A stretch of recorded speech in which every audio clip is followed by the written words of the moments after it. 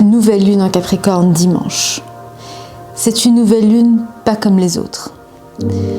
Tu vas certainement te dire, oui bon, ça fait un moment qu'à chaque fois c'est pas comme les autres et à chaque fois c'est différent, parce que ça l'est. C'est sans précédent tout ce qu'on vit depuis 2020, tous ces changements qu'il y a eu, à quel point on a été mis face à nous-mêmes d'une manière tellement différente, tellement nécessaire pour véritablement incarner l'être extraordinaire que l'on est. Un être énergétique incarné dans un corps de chair pour faire cette expérience terrestre. Pour certains, ce que je raconte là, c'est complètement farfelu. Ça n'a aucun sens. Pour d'autres, comme moi, ça a pleinement un sens. C'est tellement vrai, profond et sensé. Tu peux le sentir à l'intérieur de toi, avec tout ce que tu peux te poser comme question existentielle, avec ce que tu peux ressentir dans ce que tu vis au quotidien, en toi, avec l'autre, en lien avec tes propres émotions, sentiments, ressentis et dans tes relations. Et 2025 a été une purge identitaire. De nombreux astrologues parlent de cette purge de traumas générationnels, de tous ces traumas des anciennes générations, de nos parents, grands-parents, arrière-grands-parents, que l'on est en train de purger. Donc c'est gigantesque comme énergie, comme bagage, comme blessure. Que toi aussi, que moi aussi, on a répété d'une certaine façon. On a vécu nos propres traumas. Mais il y a tout plein de blessures, de vérités, de conditionnements, de structures, de schémas que l'on a répétés. Puisqu'on a appris avec ces modèles-là, avec nos parents, nos grands-parents s'ils ont été des figures importantes, et même s'ils n'ont pas été importants, ce bagage est là, à l'intérieur de nous, au niveau de notre ADN, de nos cellules, de cette information énergétique qui circule. Et ce début d'année, qui n'est pas un début d'année pour l'astrologie, puisque l'année commence avec le signe du Bélier au mois de mars, avec le printemps, là on est dans cette gestation, en plein hiver, dans ce moment de lenteur, d'introspection, d'obscurité, où les choses sont plus subtiles, où tout est véritablement intériorisé. Donc on a moins envie de socialiser, on est plus fatigué, on a vraiment d'autres envies. Le rythme change, les envies changent. Donc c'est comment vivre aussi en résonance, en synchronicité avec les saisons. C'est un mode de vie. Pour certains, ça parle, pour d'autres pas. Et là, ce passage du 31 au 1er, pour plusieurs personnes, ça n'a pas vraiment de sens. Ça n'a pas vraiment de sens puisqu'on sent que c'est une fête qui a été inventée et qui ne fait pas sens avec le rythme naturel. À nouveau de la nature, de cet extérieur qui est là, qui est en vie et dans lequel... Et cette planète Terre dans laquelle on vit, avec laquelle on est en synchronicité.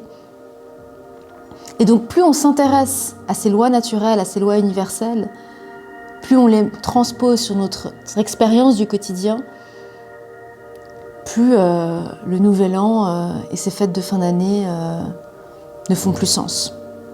Donc si tu ressens ce décalage avec ton entourage, ce décalage à l'intérieur de toi, cette fatigue extrême, cette envie de rien faire alors que tu peux ressentir une excitation autour de toi, c'est ok. À nouveau, tu es peut-être connecté à la nature, à ce qu'il y a là autour de toi, à ce qui est plus grand, à ce qui résonne de manière organique et naturelle. Et cette nouvelle lune en Capricorne, qui a lieu dimanche 18 janvier, a une configuration planétaire particulière, puisqu'il y a un amas de planètes, donc des planètes qui sont en conjonction, l'une à côté de l'autre, dans le même signe du zodiaque, qui est en Capricorne, et au dernier degré du Capricorne, puisque ça fait depuis fin décembre que certaines de ces planètes, de ces astres, sont là ensemble en Capricorne. Donc ils ont fait tout un voyage, et donc 3 astres importants, le Soleil, Mars et Vénus, j'allais dire la Lune, mais non, c'est pas la Lune. On a vraiment ce trio qui est là, depuis un moment, dans ce signe du Capricorne. Et c'est pas rien, puisque Mars, on parle de volonté, d'énergie vitale, Vénus, des liens, de la valeur, de l'amour. Et puis le soleil, notre identité, ce qui est conscient, ce qui est là. Et donc ces 3 astres sont en Capricorne, et là, sont au dernier degré du Capricorne. Alors Vénus est déjà passée en Verseau, pour cette nouvelle lune en Capricorne, mais on a la lune qui est là, puisque nouvelle lune, c'est conjonction du soleil et de la lune. Donc on a le soleil, la lune, Mars et Mercure, cette planète de la communication, de la pensée, le messager des dieux. Et avec la lune, notre émotionnel, notre mémoire émotionnelle, notre sécurité émotionnelle. Et dans le Capricorne, un signe de terre féminin. Le Capricorne qui est mi-bouc, mi-dauphin. Donc il y a cette partie céleste et cette partie terrestre qui peut nous ramener quelque chose de très figé, comme à toute une dimension plus spirituelle et ouverte, mais qui reste cette figure, puisqu'elle est reliée à la planète Saturne, le maître du temps, à la structure. Et Capricorne est souvent assimilé à l'archétype du père, l'architecte du temps, l'architecte intérieur. Et donc en Capricorne, c'est déconstruire, démanteler ce qui a été figé à l'intérieur. Donc on parle de structure, de responsabilité, de pouvoir, puisque le Capricorne, c'est patriarcal, système, hiérarchie, pyramide. Donc survivre par le contrôle. Donc c'est la mort de l'architecture intérieure de l'ancien monde. Donc c'est lâcher, déstructurer ce qui n'est plus aligné à l'âme. Donc les récits, les désirs, les attachements émotionnels, l'identité. Et on le vit de manière brutale. Et l'astrologie met des mots là-dessus. C'est ce que je trouve génial dans cet outil. C'est que cette amas de planètes est opposée à Jupiter en Cancer. Et donc c'est vraiment une opposition qui va venir challenger au niveau du corps, de la santé. Avant de parler de Jupiter en Cancer, dans cet amas de planètes, donc on a Mars, Mercure, Soleil, Lune en Capricorne et Vénus, Pluton, Vesta en Verseau, qui sont au premier degré du Verseau. Donc il y a toutes ces planètes qui sont là en conjonction, très proches l'une de l'autre. Et donc c'est ce passage du Capricorne au Verseau, donc du patriarcat, de la structure, de la hiérarchie, du pouvoir, au Verseau, humaniste, âme, liberté, anticonformiste, conscience collective. Et Pluton, on parle de structure, et Pluton en Verseau, c'est la mort de ce pouvoir vertical pour la renaissance du pouvoir distribué, quantique, universel.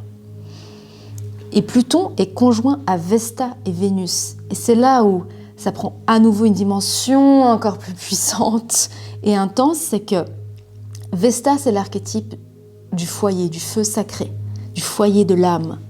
Conjoint à Pluton, c'est on vient démanteler, enlever l'âme au dogme, au conditionnement, à l'état, pour le rendre à l'individu qui est souverain de son propre royaume intérieur, de son temple intérieur. C'est puissant, et il y a Vénus qui est là. Vénus, l'amour, le lien, les relations, la valeur, le féminin, qui est en train d'être complètement reprogrammé dans cette conjonction massive. Donc c'est des nouvelles lois intérieures qui ne résonnent plus à nouveau avec le conditionnement, la peur, la survie, mais en résonance avec l'âme, avec le cœur. On a beaucoup travaillé avec le cœur en novembre, décembre, même depuis septembre de 2024. Donc ce passage Capricorne-Verseau qui se passe avec cette nouvelle lune, c'est un portail important. On passe de cette matrice patriarcale du monde pour s'ouvrir à la matrice quantique de l'âme collective, du réseau. Donc c'est l'être humain qui est en train d'être réinitialisé. Donc, à nouveau, c'est prendre conscience, connaissance de ces dimensions énergétiques qui, à nouveau, pour certains, ça paraît tellement évident et pour d'autres, pas du tout.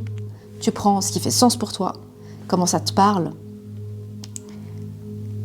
Et donc, ça passe dans ta vie de tous les jours par certains événements, certaines situations qui vont du coup incarner, matérialiser ce passage.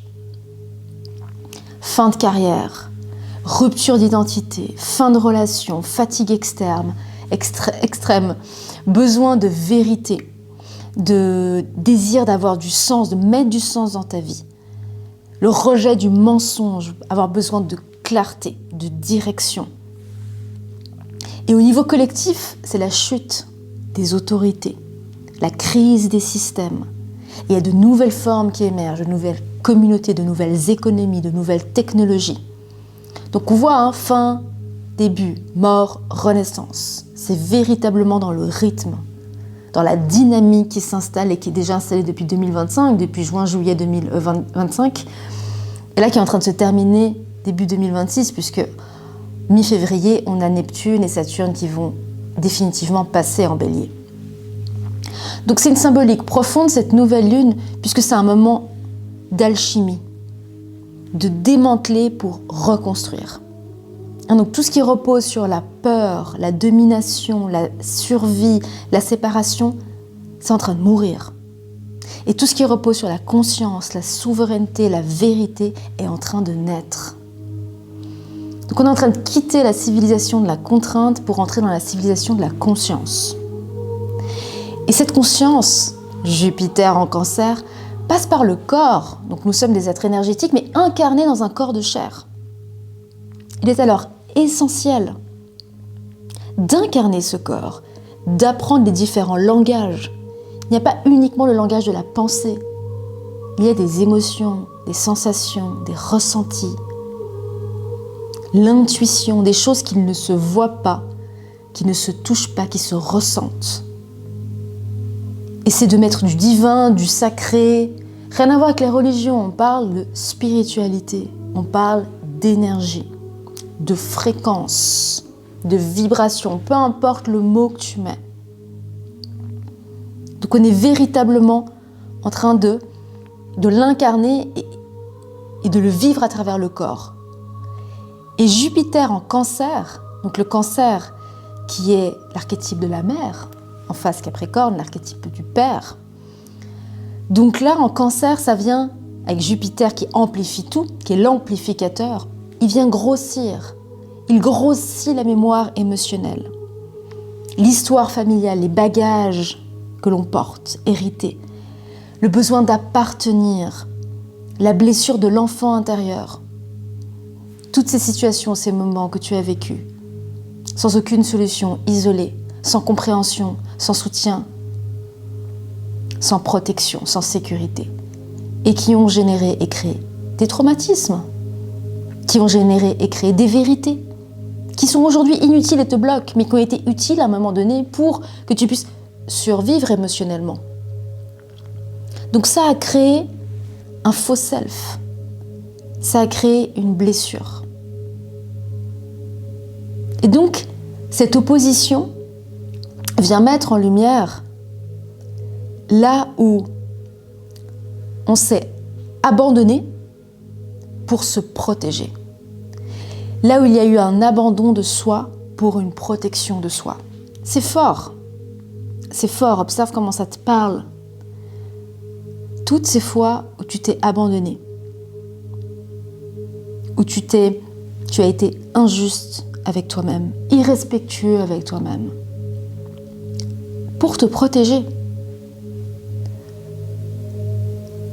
L'objectif n'est pas du tout de te blâmer, c'est de venir reconnaître ce qui est, ce qui te structure, ce qui ne fonctionne plus et qui nécessite d'être libéré, d'être redéfini pour te connecter à ton âme. Et la question centrale de cette nouvelle lune, c'est: est-ce que je vis pour le système, pour cette structure que j'ai construite pour me protéger, ou je vis pour la vie,